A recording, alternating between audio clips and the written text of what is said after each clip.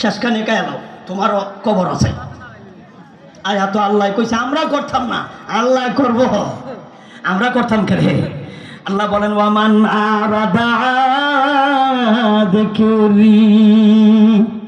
জিকিরের 2 নম্বর ব্যাখ্যা হলো ওয়াজ। ওয়াজ জিকির দ্বারা ওয়াজ বোঝানো হয়েছে।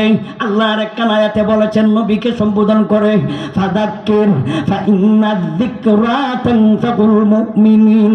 আরেক আয়াতে আল্লাহ বলেন ফাযাক্কির ইন্নামা আনতা মুযাক্কির লাস্তা আলাইহিম বিমুসাইতির ইল্লা মা তাওয়াল্লা ওয়া কাফার। আরেক আয়াতে আল্লাহ বলেন ওয়া ওয়াকাবনা লাহু আহলাহু ওয়া মিসলাহু মাগা ওয়া মিসলাহুম মাআহুম রাহমাতাম মিন্না ওয়া যিকরা লিউলিল আলবাব। আল্লাহ বলেন জিকির বলতে উপদেশ বোঝানো হয়েছে, জিকির বলতে ওয়াজ বোঝানো হয়েছে। আল্লাহ আমাদের নবীকে বলেন হাবিব আমার, আপনাকে আমি আল্লাহ বক্তা বানাইয়া দুনিয়াতে পাঠাইলাম। ইন্নামা আনতা মুযাক্কির। মুযাক্কির শব্দের অর্থ হলো বক্তা। লাস্তা আলাইহিম বিমুসাইতির। আপনি দারোগা নয়, আমি আল্লাহ আপনাকে দারোগা বানাইয়া পাঠাই নাই। মানুষরা আপনি পিটাইতেন, মানুষরা আপনি মারতেন, আপনাকে আমি আল্লাহ বক্তা বানাইয়া পাঠাইলাম।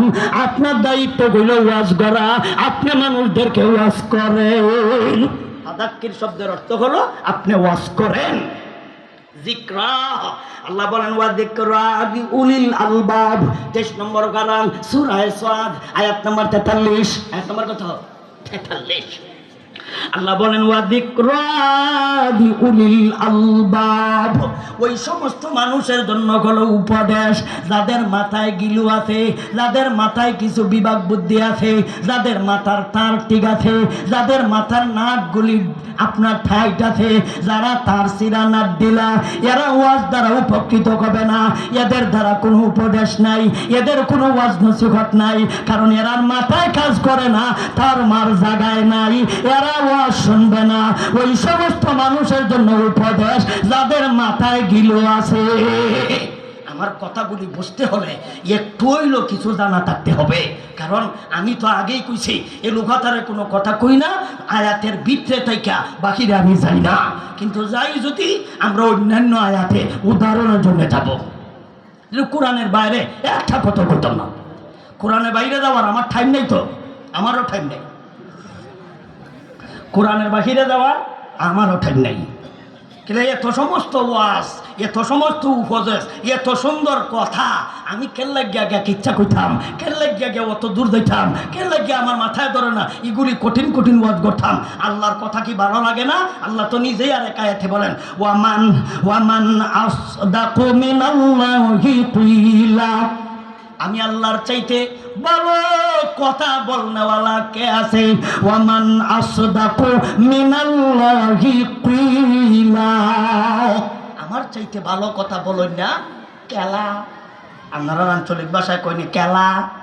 কেলা বুঝুন? কিলা এর অর্থ কি? কেলা, কেডা। এই যে কেডা, ওয়ামান আসদাকু মিনাল্লাহি কেডা। আল্লাহর চাইতে ভালো কথা না বলেন না কেডা, কেউ নাই। তাহলে এত সুন্দর কথা, এত সুন্দর ওয়াজ তৈয়া এত কঠিন ওয়াজ করতাম কেন? দরকার নাই। তাইলে আমরা জিকিরের 2 নম্বর ব্যাখ্যা কইলাম ওয়াজ। জিকিরের 3 নম্বর ব্যাখ্যা হলো শরীয়তের বিধিবিধান। জিকিরের 3 নম্বর ব্যাখ্যা কি? শরীয়তের বিধিবিধান। জিকিরের 4 নম্বর ব্যাখ্যা হলো ইসলামী শিক্ষা দীক্ষা। জিকিরের 5 নম্বর ব্যাখ্যা হলো লা ইলাহা ইল্লাল্লাহ। জিকিরের 1 নম্বর ব্যাখ্যা কোরআন, জিকিরের 2 নম্বর ব্যাখ্যা ওয়াজ, জিকিরের 3 নম্বর ব্যাখ্যা শরীয়ত, জিকিরের 4 নম্বর ব্যাখ্যা হলো ইসলামী শিক্ষা দীক্ষা, জিকিরের 5 নম্বর ব্যাখ্যা হলো আফজালুজ যিকরি লা ইলাহা ইল্লাল্লাহ ওয়া আদনাকা ইমাতাতুল আযা আনিত তারিক। নবী বলেন সবচাইতে শ্রেষ্ঠ জিকির হলো লা ইলাহা ইল্লাল্লাহ। সর্বনিম্ন মানের জিকির হলো রাস্তা থেকে কষ্টদায়ক বস্তুকে সরাইয়া পালাও। রাস্তা থেকে কষ্টদায়ক বস্তুরে সরাইয়া ফালানো, এটাও জিকির।